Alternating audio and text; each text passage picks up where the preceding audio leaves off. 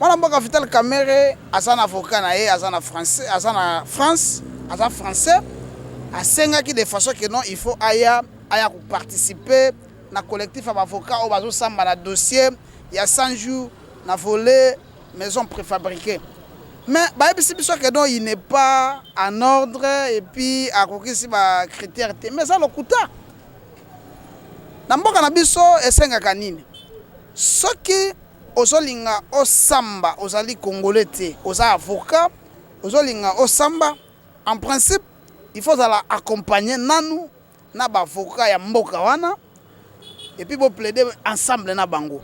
Nalandi batu balobi il n'y a pas un document de coopération. Un document de coopération entre les deux barreaux. Un barreau de la République française, na barreau moko et la République démocratique du Congo, précisément na Bukavu. Le bâtonnier est là. Et puis coopération, c'est depuis 2012. Depuis 2000. Rempli les conditions de coopération, ils allaient depuis. Et puis coopération, on est à Bukavu. Est-ce que Bako Koloba est comme ça? Oui, kasi yango, on est bien sûr que la batu o toloba kato sepela kamingi passe tous à la pièce. Nous avons des pièces. Donc, c'est que vous avez des pièces. Donc, non, nous avons coincé, moi, je Vital Kamerhe partout.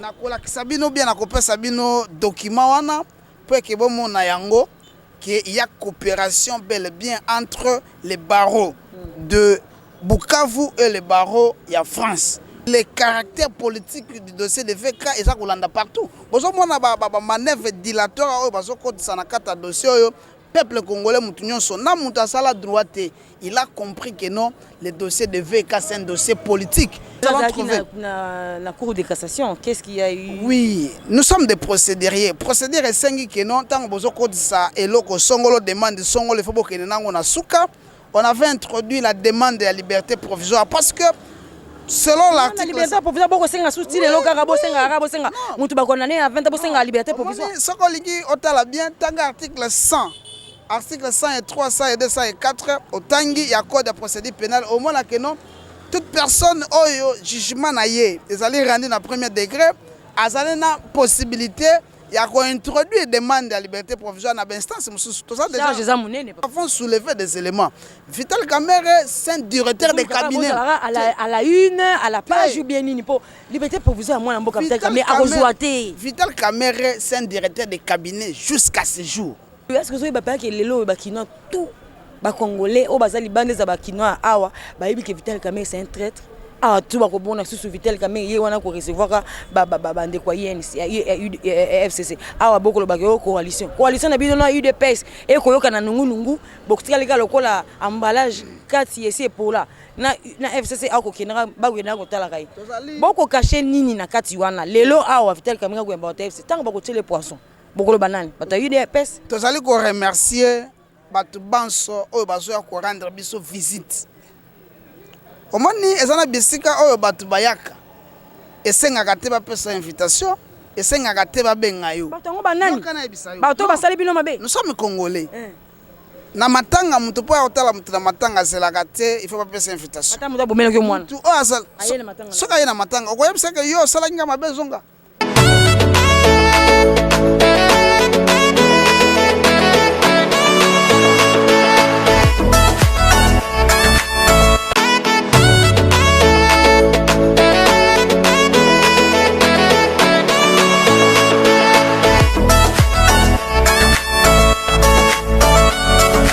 Basile officiel TV bandeko balandi mbote na bino bipai nyonso bozwami obo mesano mokolo mokoto mesana kaka ko sola ka masolo ya mboka mokolo lelo na yimbi pona bino susu moko ya bai communicateur ya UNC wa pepa to ko penza masolo ya mboka surtout mingi masolo ya avec balobi président national ya Union pour la nation congolaise UNC lelo bakindeki na cour de cassation nini l'équipe cour d'appel ba ko zela nini mokolo ya 17 ki avocat o esengela ki ya ko uta France akwali souté balobi soit disant qu'il a rempli ba conditions pour que aya lisusu pour na ko samba na kombo ya Vital Kamerhe yango tobi pona lelo to solaka masolo ngona ba UNC bango moko ya ba communicateur wa lobelaka penza masolo ya mboka masolo ya Vital Kamerhe na kombo ya maître Basile Poyo o azali bongo pe porte-parole ya jeunesse ya UNC nde to kosolana moko lelo to zali interfédéral nde dans poni penda iska malamu ko solana ye penda moko lelo maître Basile Poyo na pesi mbote na mbote madame awa to zali na siège national to sali lelo na interfédéralité parce que il a fallu que na CG de sur la Masolomoko.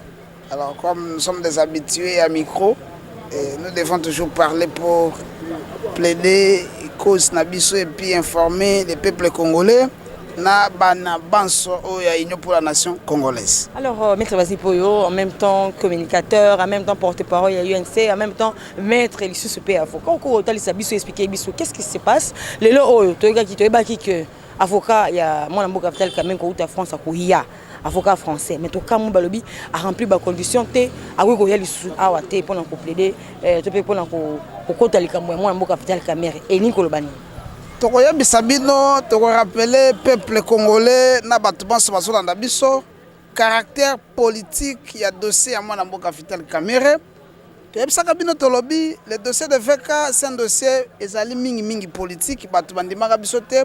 Le président a plaidé, bato sambi, bato moso bamoni, mais na moya lelo mututu azana difficulté ya kopesa montant exact oyo ya misolo oyo mwana mboka Vital Kamerhe yiba oyo ndenge bato balobaka.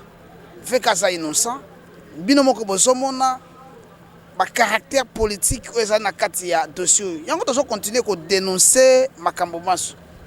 La mutu oyo azana problème liboso ya juge, to azana problème na tribunal. Il a la mobilité ya ko choisir l'avocat na ye, azana possibilité ya ko engager l'avocat ndenge ya lingi.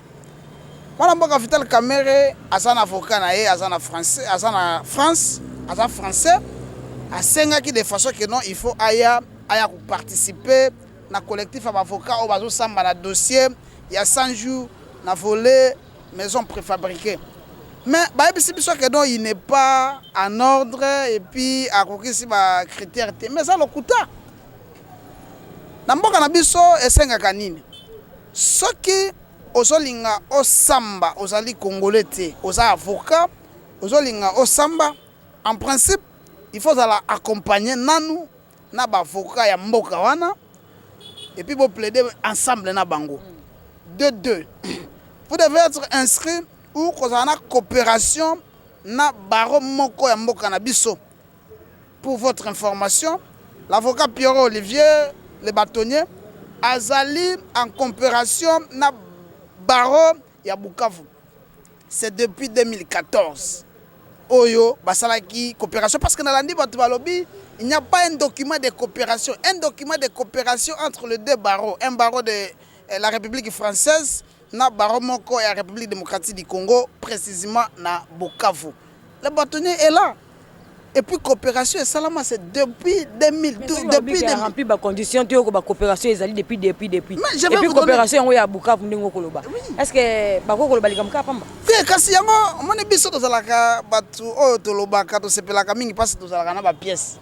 Nous avons des pièces. Donc, ce que vous avez des pièces, donc non, lui ko coincé moi mboka Vital Kamerhe partout. Na kola kisabino bien na kopesa bino document wana pour que bon mona yango qu'il y a coopération bel et bien entre les barreaux de Bukavu et les barreaux ya France par rapport à Makamouana. Mais lorsque vous êtes déjà reconnu dans un barreau ou la République démocratique du Congo, vous avez la mobilité de plaider dans tous les barreaux.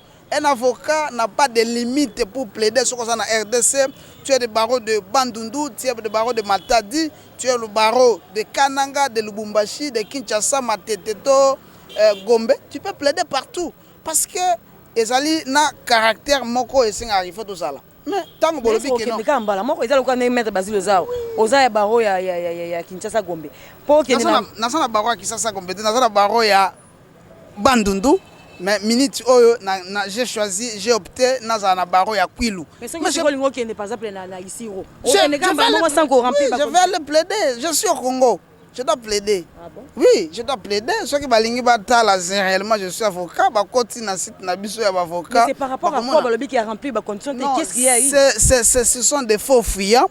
Nous vous confirmons qu'il y a bel et bien coopération. C'est depuis 2014 entre la République française, na baro na bango ya France, na baro ya Bukavu. Et coopération qui bloque. Mais vous allez comprendre que non, le caractère politique du dossier de VK est ça qu'on l'a partout. Vous avez une manœuvre dilatoire, dossier peuple congolais il a compris que non, le dossier de VK c'est un dossier politique. Dans des questions politiques, on trouve des réponses politiques. Si vous voulez trouver une question, ou bien vous avez vu que non, c'est un dossier politique, venez-en, on va discuter sur l'angle politique. Yango Monique, Union pour la nation congolaise à comprendre. Diboso marche Salamaki, et Zalaki marche Yaba Camiriste. À Union pour la nation congolaise, et co-organiser marche, tout ça n'a pas préparatif. Biso de Salamaki, Makamamine, et Metoninga, Ocha, Makele, les Belete. D'ici le 7, donc le dossier de VK c'est un dossier politique. Mais VK, nous avons trouvé la Cour de cassation. Qu'est-ce qu'il y a eu? Oui, nous sommes des procéduriers. Procédurier c'est que non tant que ça et loko songolo demande songolo faut que nango na suka. On avait introduit la demande de la liberté provisoire parce que selon l'article. La liberté provisoire beaucoup senga souti le loka rabo senga mutu ba condamné à 20 ans senga liberté provisoire. Sokoligi otala bien tanga article 100. Article 103, 102, 104, au Tangi, il y a code de procédure pénale. Au moins, que non, toute personne qui a jugement, ils allaient rendre dans le premier degré, ils allaient la possibilité, il y a introduit des demandes de liberté provisoire dans l'instance. Tout ça déjà. C'est ça, papa. Ndenge ça, tout ça qui na tribunal de grande instance, baranda qui jugement na bango, au biso, to contesta qui ango, to pesa qui peut position na biso là-dessus, yango to lobby, to qui appel. Nous avons introduit notre demande de liberté provisoire. Nous avons soulevé les éléments conformément à l'article 27. Il y a code de procédure. Vous attendez quoi? Nous sommes des procéduriers. Par rapport à l'article 27, il y a code de procédure pénale. Par rapport il y a l'article 28. Tout ça on appelle. Sur l'article 100, article 102, 103, 104, il y a procédure pénale. Au moment où nous avons encore le droit de le faire. Il y a un code de cour d'appel.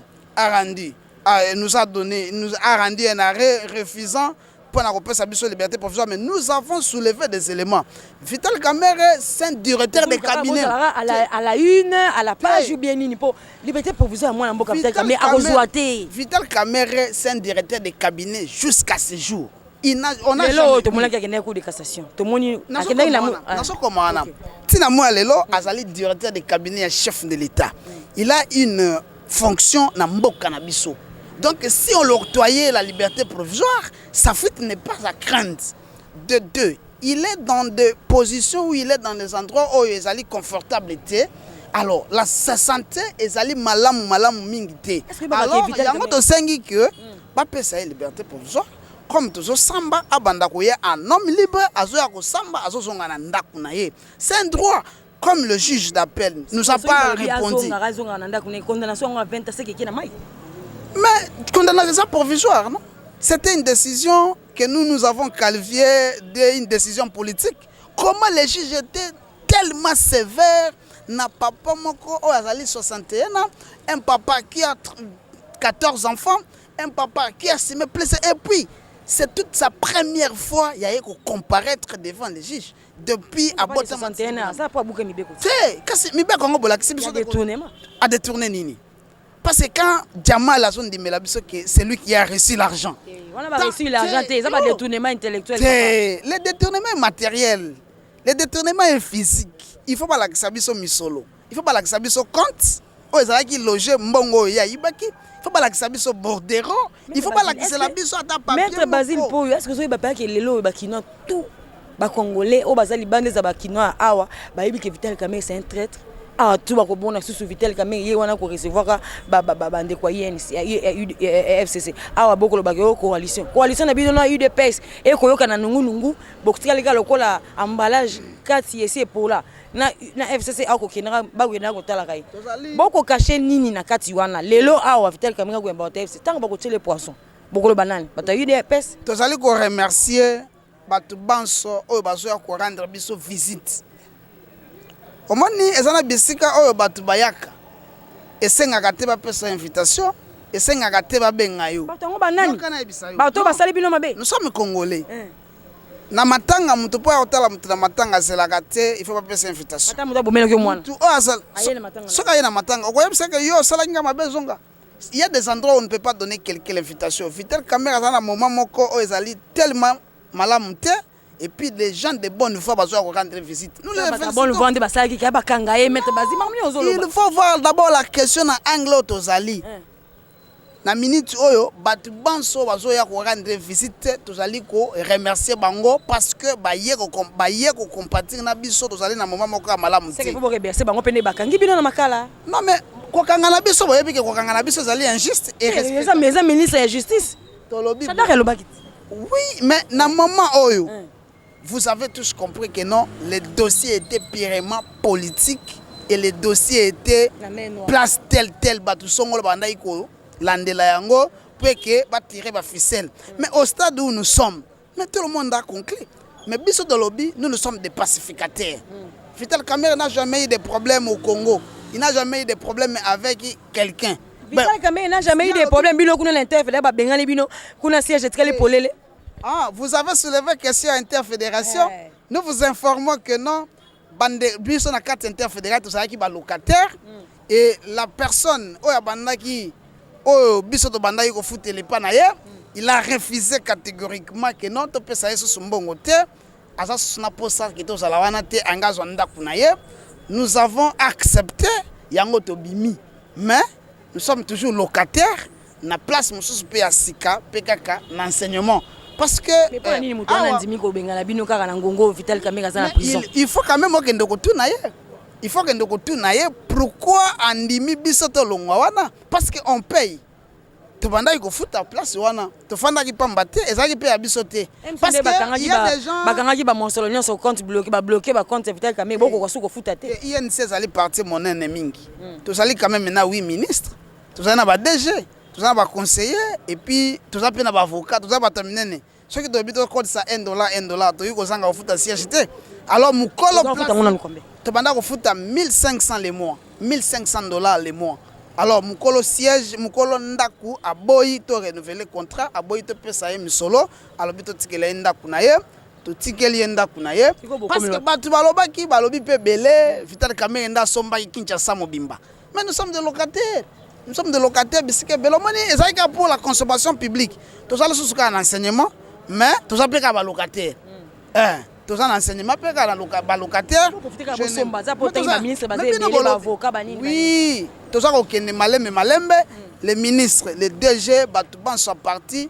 Tout ça, la caisse spéciale pour consommer la INC siège à niveau de Kinshasa. Au puis à niveau interfédération, surtout précisément dans l'enseignement, nous allons le faire, mais dans le moment où nous sommes d'abord focalisés dans le dossier VK. Mais le peuple congolais va retenir une VK ou cours de cassation. VK qui côté n'a pas perdu.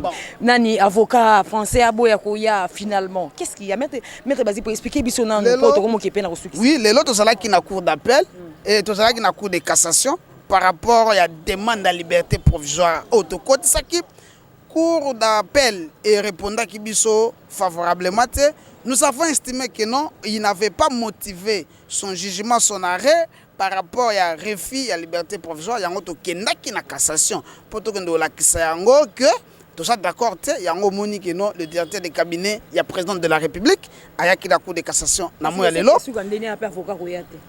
Avocat va confirmer ce bazali awa. Mais biso tout ça ko dénoncer ne makamboana. Yango akendaki kuna ba plaider ba sambi et puis toujours là décision veka yaki na cour de cassation lelo yango ba kendaki ba plaider et puis asamba ki toujours là décision na délai ya loi ndenge sengelami mais ba confrère bazali ba continuer ko samba bazo continuer pe ko samba ntandenge batu nyonso ba comprendre que non ba boyeli biso ba confrère mususu o bazali ndenge bozabo komika so mikolo miziveka ko samba bino libambe belé na ba bilamba na bino ba prisonnier tamba ko kotsa bino na prison siko les setsa bo sande ezali bilamba ba prisonnier te omoni batu moko ba lansaki message moko boyo non balobi mutu ala tango te non c'est illégal c'est la marque Vital Kamerhe pièce contre pièce yango biso to tiango na marché to lobi 20 ans wana bondola taka yango ba camériste yondo lobi 20 ans yondo lobi 20 ans ba kateleki 20 ans ba yondo lobi yango biso toza d'accord na yango te yango to kie na appel donc bon espoir penaki non appel bina kata alors yango to lobi ke ezali nango 20 ans te to ça na appel biso tozo continuer ko lata yango ezali marque Vital Kamerhe pièce contre pièce ba camériste banso balata yango batu banso balata yango ba comprendre que nos Vital Kamerhe as leader. Oh, tu peux soulever question. Il y a les 7 Union pour la nation congolaise où ils allaient partir monene. Biso to zali implanter na mboka mobimba ti na mboka ba paya to zali to zala kuna to zala ka fier.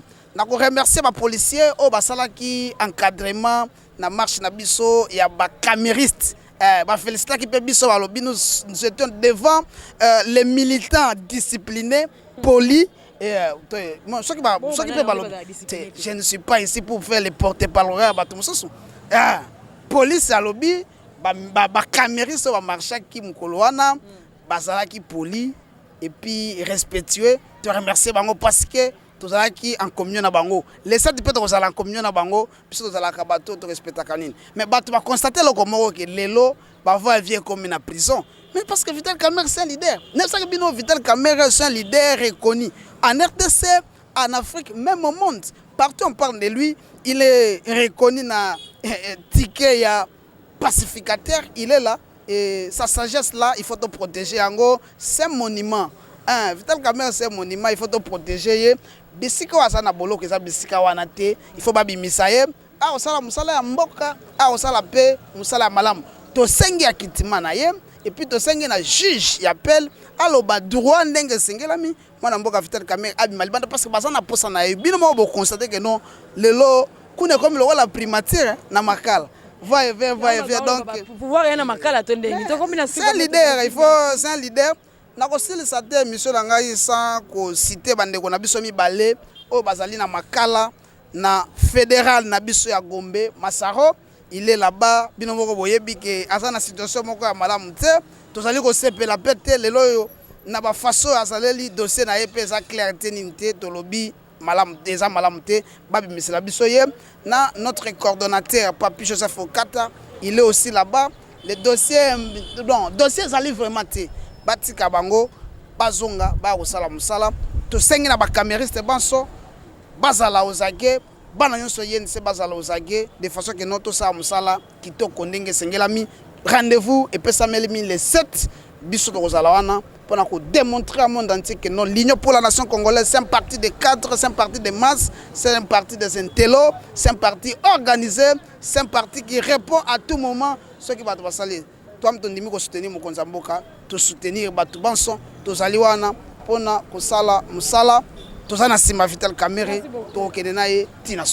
merci beaucoup, Togobina Souka. Merci, maître Basile Poyo. Merci, Balobi.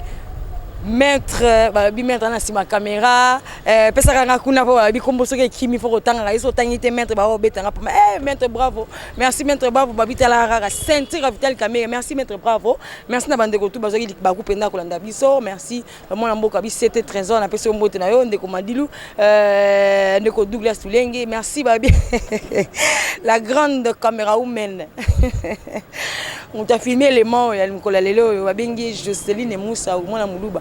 Merci Nayo, maman Béton. Merci Pena Bandekotou. Merci na moto ataka misai pona ko montrer bino éléments qui toko oyo dès le numéro. Merci na Bandekotou. Merci na lipasa na ngale omba. Merci na Bandekotou bo sepela kapenza na émission na bino na Basile Officiel TV. Abonnez-vous massivement car ici c'est l'actualité.